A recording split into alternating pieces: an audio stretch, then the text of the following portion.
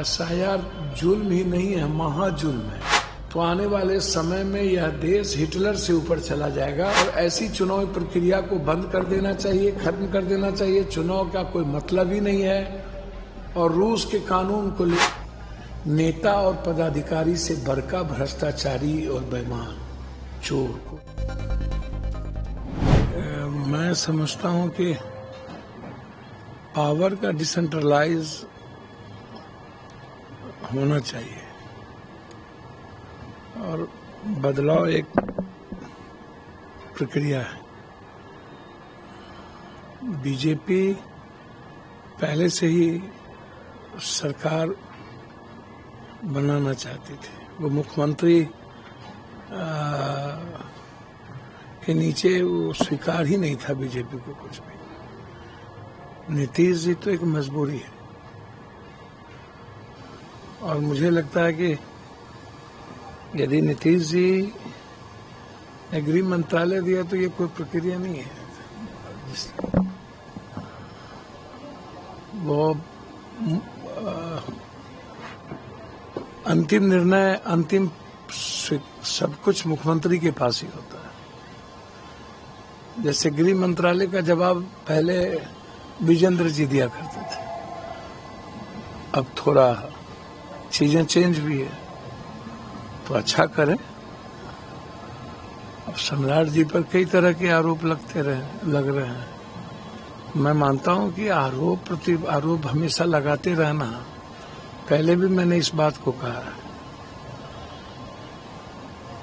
कि राजनीतिक जीवन में कई तरह की चीजें चलती रहती है।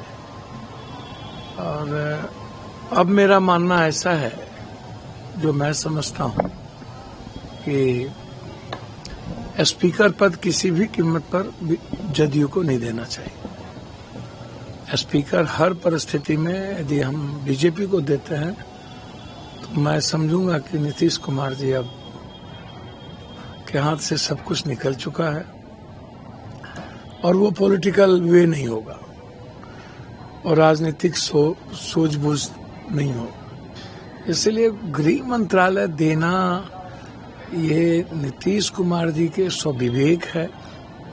अब प्रधानमंत्री जी और अमित शाह जी, गृह मंत्रालय तो हमेशा अलग थलग रहता है। पंडित रामानंद तिवारी जी सबसे पहले लास्ट गृह मंत्री थे, तो ठीक है, इसको देखना चाहिए कि किस रूप में। हाँ, इसको सम्राट चौधरी को एक सेवा के रूप में लेना चाहिए, पावर के रूप में नहीं, दिखावे के रूप में नहीं। मैं समझता हूँ इसको काम करके दिखाने की जरूरत है। इसको प्रचार का माध्यम नहीं बनाना चाहिए। यदि कोई दिखावा और प्रचार का माध्यम बनते हैं तो नीतीश कुमार जी के लिए तो वो स्वीकार हो ही नहीं सकता है। नीतीश कुमार जी के जो तरीके हैं वो आसमान पताल का फर्क है। और जो लोग ये सब बात करते हैं, बुलडोजर, ये कानूनी प्रक्रिया, तो गमई ने सब कुछ डिफाइन कर दिया है कि आप कुछ भी नहीं कर सकते। हर चीज कानूनी प्रक्रिया के तहत ही होगी। इवन ये आम आदमी की गिरफ्तारी भी कानूनी प्रक्रिया के तहत होगी, ईडी सीबीआई नहीं, आम आदमी की भी। तो इसीलिए अब उन्हें इम्प्लीमेंट करना पड़ेगा, को जनता को भरोसा देना पड़ेगा कि इतना बड़ा जो मैंडेट है वह कानून व्यवस्था के लिए है और किसी राजनीतिक तहत नहीं। हर क्रिमिनल अपराधी माफियाओं के लिए एक समान कानून हो, वह पार्टी बेसिस पर ना हो। प्रधानमंत्री हैं, उन्होंने 2047 तक विकसित भारत की बात कही है, लेकिन अखिलेश यादव ने उन पर तंज कसो मजाक उड़ाते हुए कहा है कि क्या आप तब तक जीवित रहेंगे। सही कहा है कि जादू की छड़ी चला रहे थे, डॉलर, रुपया, शेयर मार्केट, पाकिस्तान को उड़ा देना, नौकरी 2 करोड़, भ्रष्टाचार, बुलेट ट्रेन, स्कील, सब कुछ गायब हो। अब जीएसटी, नोटबंदी, सब गायब हो गया। तो बात तो सही उन्होंने कही कि आप इतने अब लंबी लंबी बात करने लगे भैया, भारत की जो इकोनॉमी है उसमें इतना बड़ा डेवलपमेंट की तो गुंजाइश है ही नहीं।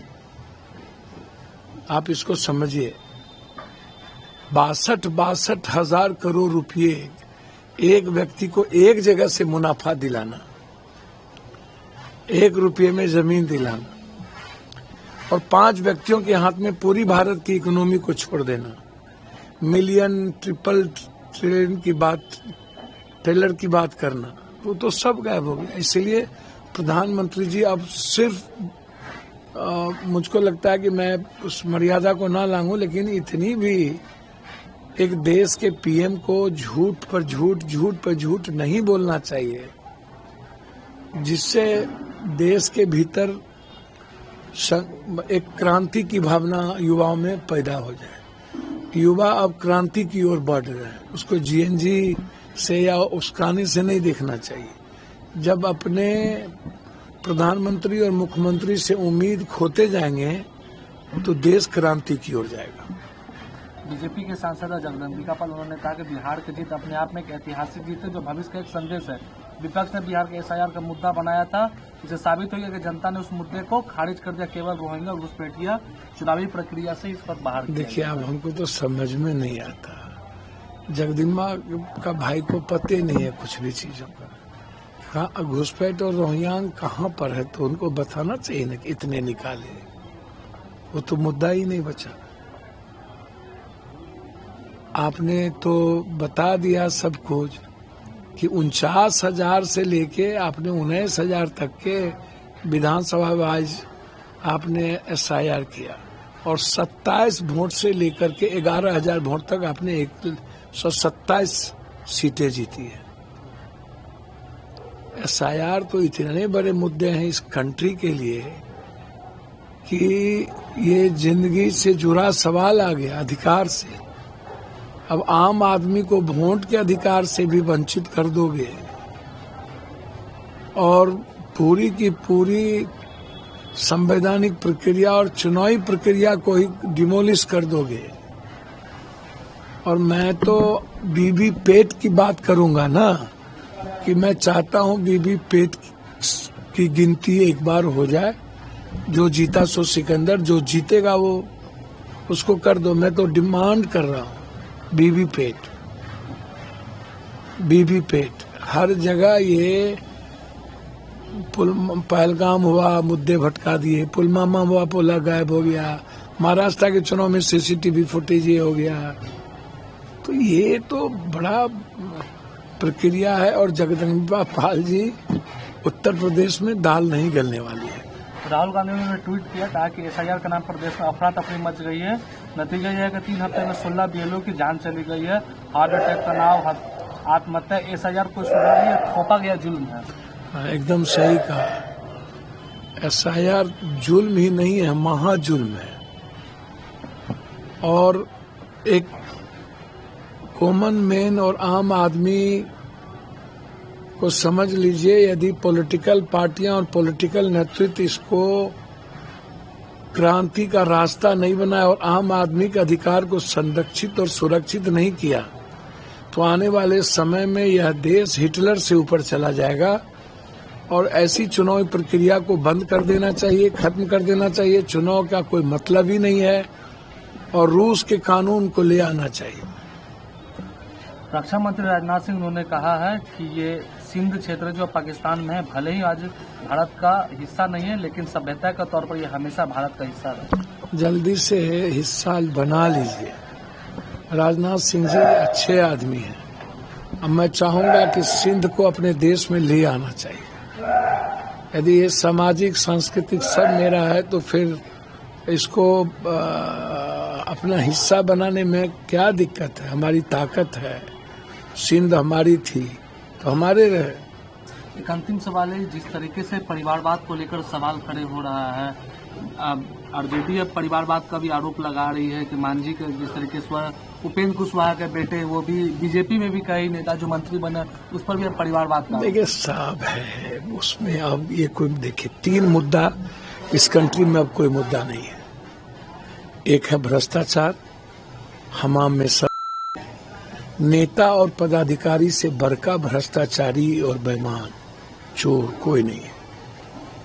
आम आदमी की बात मत करिए। दूसरा, सेक्स, ये कोई मुद्दा ही नहीं बचा। अब क्या कर रहे हैं? अभी सीतामढ़ी के एमएलए साहब का वीडियो कितना वायरल हुआ, या ये तो नेताओं का वीडियो वायरल हो ही रहा है, चलता रहेगा। अब तो कौन सी ईएमआई बनाता है क्या, वो भी बना देगा लोगों को। तो अब भ्रष्टाचार, ये सेक्स, पटेल के साथ 3 लड़कियां वीडियो पर दिखा, तो जनता ने कहा ये उसका अपना निजी मामला है। तो जनता के लिए ही भ्रष्टाचार मुद्दा नहीं है। उनका कहना है कि आप कुछ भी करो, हमको देते रहो। व्यक्तिगत आप कुछ भी करो, वो निजी मामले में परिवारवाद का क्या झूठ फूस का मुद्दा उठाना, प्रधानमंत्री जी को भी नहीं उठाना चाहिए सब मुद्दे। प्रधानमंत्री जी गाली देने के लिए हर तरह के, तो उनको तो मुंडे से लेकर, शिंदे से लेकर, महाजन से लेकर, सिंधिया से लेकर, येद्रप्पा से लेकर, पूरा का पूरा हिमाचल के ठाकुर से लेकर, जितेंद्र से लेकर, भैया जिधर देखोगे कांग्रेस के जितने परिवार के लोग थे आज सब बीजेपी में हैं। यहाँ की क्या बात करो भाई, डिप्टी सीएम साहब शकुनी जी के लड़के हैं। आप जिसको जिधर जिस मंत्री को उठा के देखिएगा, मांझी साहब का समधन, बहू, दामाद सब एमएलए हैं, बेटा मिनिस्टर है। उसमें कोई मेटर, भैया अपने पार्टी को सुरक्षित रखने ये लोग कोई विश्वसनीय अब है ही नहीं। टिकट देता है, इधर से उधर चला जाता है। अब आईपी गुप्ता साहब को देख लो, आए आप इंडिया गठबंधन से जीतकर, और अब आते ही एनडीए की राग अलापने लगे। तो मैं क्या बोल सकता हूँ? तो हर आदमी को लगता है सुरक्षित रखने का। अब चिराग जी के बारे में आप बोलिए, तो चिराग जी तो भोग चुके हैं। अब परिवारवाद के मुद्दों पर तेजस्वी यादव को, लालू यादव को गरियाइए, राहुल गांधी, और तो बात तो उठेगी जब आप लालू यादव और तेजस्वी यादव की बात, परिवारवाद पर बात करिएगा। आप तो पहले भी बिना एमएलए एमएलसी के बनते रहे हैं लोग मंत्री। यदि अभी उन्होंने अपने बेटे को बना दिया तो उसकी कैपेबिलिटी की बात करिए, क्या करेगा, कल क्या करेगा। अब परिवारवाद मुद्दा नहीं है। ये 2-3 मुद्दे जो है ना, पैसा दे करके वोट लेना, भ्रष्टाचार, परिवारवाद, ये अब कोई मुद्दा नहीं है इस कंट्री के लिए। बस एक बात मुद्दा है कि जितना अधिक लोगों को आप फ्री दे सकते हो, वाईफाई फ्री, पानी फ्री, बिजली फ्री, ट्रेन फ्री, बस फ्री, पूरा देश बेच कर दे दो, सत्ता सुरक्षित रहे।